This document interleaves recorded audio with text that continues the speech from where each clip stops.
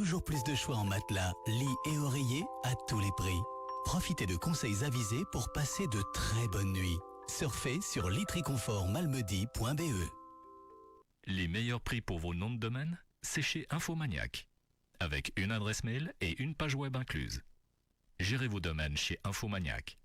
Plus d'informations sur infomaniac.com. Impact FM vous ouvre son antenne. Il est déjà 8h40. Et il est plus que temps de vous proposer un nouveau rendez-vous dans ce 8h40. Ce matin, on va le consacrer ce lundi à la présentation du Salon du vin et de la gastronomie à Malmedy qui aura lieu ces 17, 18 et 19 octobre. L'endroit, c'est la Seine à Malmedy. Pour en parler, Michel Marly, porte-parole de la Royale Union Wallonne. Bonjour Michel. Bonjour, bonjour. Ça va comme un lundi ? Comme tous les lundis. Comme tous les lundis. Et le café est bon, ça va ? Excellent.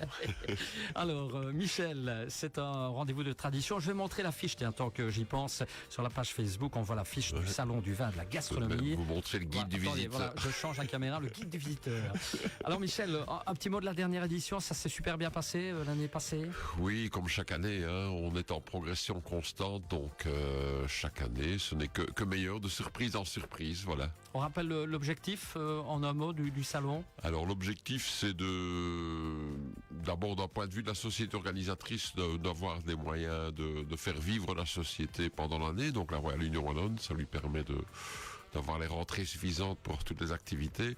Et de l'autre côté, surtout, c'est de faire permettre à de très très bons producteurs de se faire connaître et apprécier par un public de connaisseurs. Alors on y va de plein pied dans cette nouvelle édition.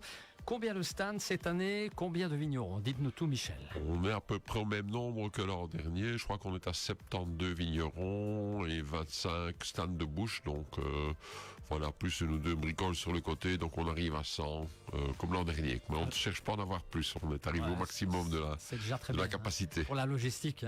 C'est plus qu'assez, oui. C'est plus qu'assez. Alors, le programme de cette année, est-ce qu'il y a de la nouveauté ? Dites-nous. Oui, il y a des nouveautés forcément. Donc on a des appellations que nous n'avions pas. Donc nous avons le Sauterne, donc nous n'avions pas de Sauterne. Nous avons le plus petit domaine de Sauterne qui existe, qui va venir chez nous, du Faugère, une très belle appellation, pas chère en plus. Juliena, depuis que Franck Besson ne vient plus, on a ses voisins qui viennent, qui sont des amis de Franck, qui travaillent suivant la même méthode de travail, donc très très chouette domaine. Alors dans le Pays Basque, là on a réussi, comme cette année c'est le Sud-Ouest, on a la cave d'Irouléguy, c'est très très demandé, c'est quelque chose de très rare et remarquable comme vin. On a réussi à les convaincre de venir. Des Corbières que nous n'avions pas, domaine du Tsar, donc là on est sur une toute petite appellation, le Tézac Péricard, une toute petite appellation aussi dans la région du Périgord. Voilà, on a une série de nouveautés, aussi un ou deux produits de bouche comme nouveautés, donc voilà, c'est pas mal. C'est pas mal. Vous nous faites rêver, autrement dit, comme chaque fois. Vous l'avez dit il y a un petit instant, la région mise à l'honneur cette année. C'est le Sud-Ouest. Alors, avec de l'accent qui chante. Le pays du rugby, du cassoulet, voilà, du foie gras. C'est le pays de Luis Mariano, ça, non? Ouais, à peu près. Oui, c'est dans ce coin-là. Il était peut-être bien originaire de ce coin-là, c'est possible. Je connais pas les frontières, moi, dans ce coin-là, mais bon. Un petit mot de présentation pour le Sud-Ouest. Alors le Sud-Ouest, oui justement, c'est une région très très variée dans ce qui se passe. Donc nous on l'a situé. Certains le font démarrer à Bordeaux. Nous on l'a pris en dessous de Bordeaux, donc on arrive avec Bergerac. Donc Bergerac, on a cette année le vigneron qui a été élu vigneron de l'année par ses pairs pour la région de Bergerac, qui vient, comme chaque année d'ailleurs, le domaine de Coutancy. On a des Madirans, des Cahors, Fronton, Marmande, etc. J'en oublie, Rouléguy, bon je l'ai dit, j'en oublie certainement l'un ou l'autre au niveau des stands. Et puis surtout, un excellent stand de foie gras, un excellent stand aussi avec les piments d'Espelette et tous les produits du Pays Basque. On a aussi des charcuteries qui viennent des Pyrénées, du jambon de coche des Pyrénées, donc qui revient, il n'était pas venu l'an dernier. Voilà, on a vraiment une très très belle palette pour cette région, qui est certainement une des régions où les vins sont les moins chers de France. Donc pour le public, c'est toujours intéressant de trouver des vins. On commande à 6, 7, 8 euros, alors que dans d'autres régions, on ne trouve plus rien en dessous de 10. Donc voilà. Eh ben, alors, un salon, bien évidemment, qui d'année en année, il n'y a plus de besoin de faire la réputation du salon du vin de la gastronomie, ici à Malmedy. Si on parlait un peu du bio, une belle palette aussi de producteurs de circuits courts, Michel. Oui, il y a une très très belle palette, à la fois dans le circuit court avec les gens de la région, vraiment des producteurs de la région. Donc on a chaque année l'un ou l'autre qui viennent s'ajouter. Certains qui ont fait leur clientèle ne doivent plus venir maintenant au circuit court pour se faire connaître, donc ça c'est une chose. En bio, il y en a de plus en plus, on a près d'une trentaine de producteurs bio. Ce qui est intéressant dans le monde du vin, c'est qu'il y en a de plus en plus dans ceux qui sont dans le bio, qui commencent à faire des vins sans sulfite ajouté. Donc ça, c'est pour des gens qui ont des problèmes de migraine, comme on dit quand ils boivent du vin. Ben, c'est une solution, c'est d'essayer de repérer ceux qui sont sans sulfite ajouté. On en a un notamment qui a eu 3 étoiles au Guide Hachette, donc qui fait des vins en amphore. Donc 3 étoiles, c'est le maximum qu'on peut avoir, hein, ça veut dire vin exceptionnel. De Château l'Escarderie, donc qui fait du vin en amphore, sans sulfite ajouté. Donc c'est assez remarquable. Il y en a d'autres, hein. Il y en a toute une série maintenant. L'année prochaine, je crois qu'on va mettre un peu l'accent sur les vins sans sulfite pour que les gens disent oui, moi j'ai des problèmes avec certains vins, donc là mais vous en avez. Ah, ça existe des vins sans sulfite. Sans sulfite ajouté, parce que du sulfite il y en a naturellement dans le raisin, donc voilà. Mais on en rajoute en général, historiquement on en rajoutait dans tous les vins pour améliorer la conservation du vin. Alors cette année, il y a aussi, comme chaque année, des ateliers découvertes, Michel. Il y a des ateliers découvertes du vin qui se passent le samedi vers 15h si je me souviens bien, et le dimanche c'est à peu près à la même heure aussi. Et vous faut les regarder sur le site, hein. C'est là qu'il faut les regarder pour s'inscrire. Je sais qu'il y a encore quelques places disponibles, c'est le moment d'y aller. Les gens qui en reviennent sont toujours enchantés. Le travail de Marie-Cécile Beaupin est remarquable, donc c'est quelque chose de super. Un public qui vient d'un peu partout, chaque année on le constate, c'est énorme. Oui, vraiment, pas seulement de toute la Belgique, mais de plus en plus d'Allemagne, du Grand-Duché, des Pays-Bas et même parfois de plus loin. Donc ça devient intéressant avec des nouveautés. Le fait que cette année on a un nouvel espagnol, par exemple. On avait déjà un espagnol, on a un deuxième qui va venir de Catalogne, donc de la région Terra Alta. Donc on arrive à tirer à la fois des nouveaux exposants et en même temps, pour pas mal d'exposants, ils arrêtent tous les salons et ne gardent plus que Malmedy. Donc en Belgique, il y en a qui faisaient 8-10 salons sur une année, ils n'en font plus qu'un que Malmedy pour la qualité du public. Ouais. C'est devenu la référence des salons en Belgique. Donc, ça fait plaisir pour les organisateurs, hein, tout à ce fait. genre de choses. Alors, vous privilégiez chaque année aussi le contact direct, justement. Hein. Oui, le contact direct avec le vigneron. D'ailleurs, cette année-ci, il y en a un que je voudrais quand même mettre en valeur.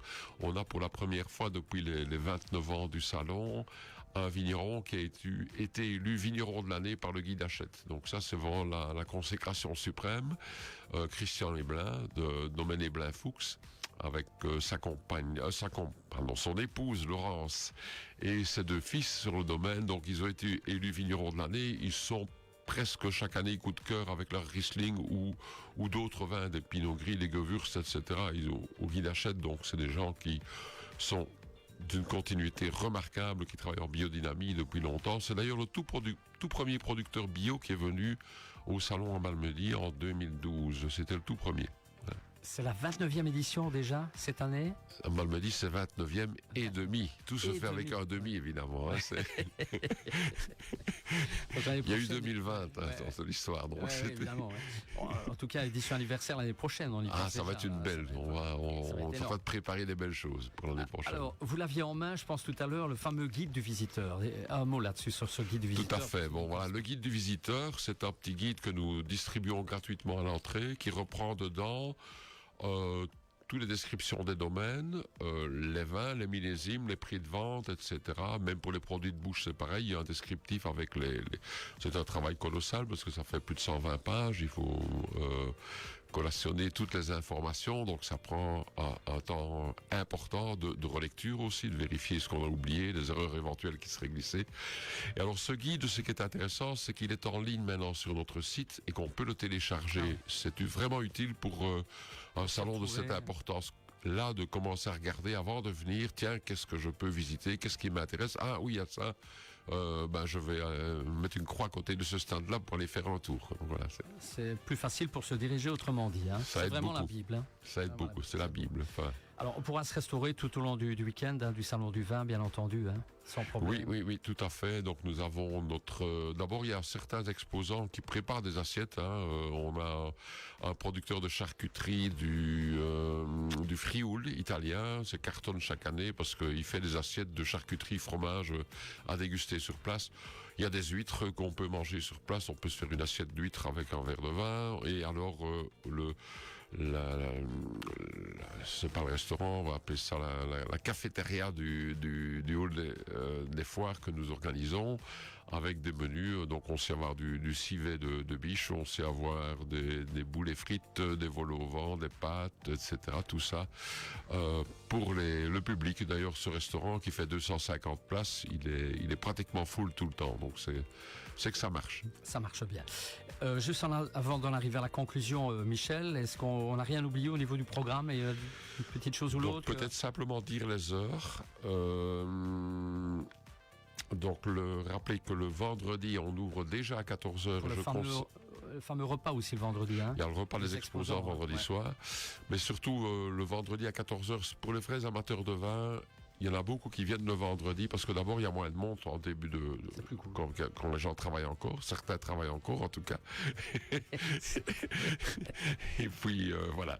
Et alors le samedi on ouvre déjà à 13h30 et c'est déjà la file à 13h30 à l'ouverture tout de suite. Samedi ça ne désemplit pas et le dimanche en matinée c'est toujours un peu plus calme aussi, ça recommence à vraiment bien se remplir à 14h. Donc ceux qui veulent privilégier le contact avec les exposants pour avoir le temps de parler un peu avec eux, il vaut mieux venir aux heures où c'est un peu moins bondé, le dimanche matin ou le vendredi en début de journée. Voilà. Est-ce qu'il y a toujours la possibilité d'aller sur le site pour télécharger son entrée à moitié prix? Absolument. Si on va sur le site, une des premières choses qu'on va voir, c'est télécharger un bon de réduction de 50%. C'est formidable. Que demander de mieux? Vous avez tout pensé. Pensé au peuple. Mobutu l'aurait dit. Voilà, je pense qu'on a donné toutes les infos pratiques. On n'a rien oublié. Je ne pense pas, simplement vous dire, n'hésitez pas à venir à Malmedy dans cette magnifique salle La Seine qui nous accueille dans un cadre superbe où tout est mis en œuvre pour que les visiteurs soient comblés. Voilà bien, je remonte une dernière fois l'affiche pour les personnes qui nous regardent sur Facebook. Salon du vin, 17, 18, 19 octobre à la Seine à Malmedy. Michel, ce fut un plaisir comme chaque fois. Merci beaucoup. Et sinon, on va revenir l'année prochaine pour l'édition anniversaire. Hein. Il faudra. Voilà. Il faudra. Allez. Merci Michel. Bon Merci. Salon du vin et que tout se passe au mieux. Dans un instant, les infos 9h au niveau national et nous reviendrons avec d'autres infos pratiques.